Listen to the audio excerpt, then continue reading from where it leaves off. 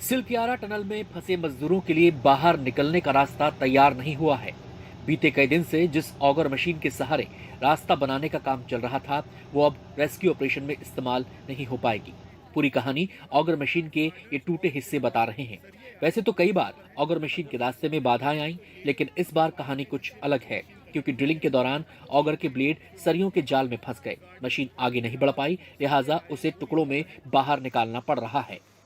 बहुत नज़दीक पहुंचने के बाद जिस प्रकार से मशीन फंस गई, आगे कोई फिर से कोई गडर या कोई स्टील रॉड उसमें लग जाने के कारण से, तो अभी चूंकि उसको काट के 1 मीटर काट के निकाल रहे थे, लगभग 20 मीटर अभी बाहर निकल चुकी है और 20-25 मीटर करीब अभी और निकलनी है। 25 मीटर से ज़्यादा है, तो जो भी समय लगेगा हम लोग एक्सपेक्ट कर रहे हैं कि कल मॉर्निंग तक ये जो है मशीन पूरी निकल जाएगी और निकलने के बाद उसके बाद मैन्युअली उस पर आगे बढ़ेंगे।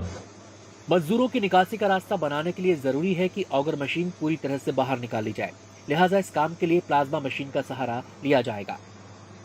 अभी हैदराबाद से ऑगर मशीन को काटने के लिए प्लाज्मा जो कटर है, प्लाज्मा कटर मंगाया जा रहा है। वो भी शाम तक जॉली ग्रांट एयरपोर्ट पर पहुंच जाएगा और रात तक यहाँ पर आने से वो जल्दी, और जो कटिंग का काम है वो जल्दी होगा।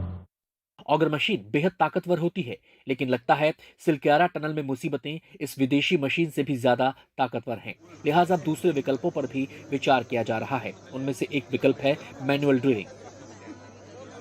मैनुअली अंदर जाएंगे और 1 मीटर 1 घंटे का मैनुअली जो है उसको करने के बाद उसको पाइप को पुश करने का काम शुरू होगा। तो ये मान के चलिए कि जल्दी से जल्दी हो, अगर कोई हर्डल ना आए। जब ये ऑपरेशन शुरू हुआ था तब 5 विकल्पों पर काम करने की योजना बनी थी। उनमें से एक था वर्टिकल ड्रिलिंग। अब इस विकल्प को भी अपनाया जाएगा। अब लगता है कि वर्टिकल ड्रिलिंग की भी आवश्यकता है और सिचुएशन जिस तरह की परिस्थिति आती है उस हिसाब से निर्णय लिए जाते हैं और अभी ये निर्णय लिया गया है कि वर्टिकल ड्रिलिंग करने की भी आवश्यकता है। तो वर्तमान परिस्थिति में एक तो अगर वाले मैटर को हम परस्यू करते रहेंगे, पाइप पुशिंग हॉरिजेंटल जो सिलक्यारा एंड से हो रही है, और जो दूसरी स्ट्रेटेजी है वो SGVNL के माध्यम से वर्टिकल ड्रिलिंग हम करेंगे। वो ये 2 मेथड हम परस्यू कर रहे हैं। वर्टिकल ड्रिलिंग के लिए ऋषिकेश से मशीन उत्तरकाशी पहुंच चुकी है।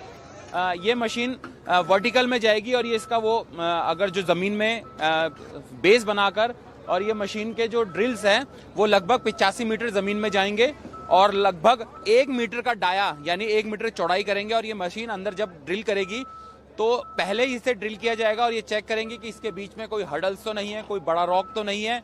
उसके बाद दूसरी मशीन से बड़ा होल किया जाएगा, यानी दूसरा जो ऑप्शन वर्टिकल ड्रिल का है उसको भी इन्होंने अभी रखा है, क्योंकि इनको लगता है कि अंदर जो कंक्रीट का जाल है वो कहीं ना कहीं बाधा बन रहा है। करीब 60 मीटर की दूरी पर मजदूर फंसे हुए हैं। 49 मीटर तक ड्रिलिंग हो चुकी है और पाइप डाला जा चुका है। अब आगे मैनुअली मलबा निकाला जाएगा।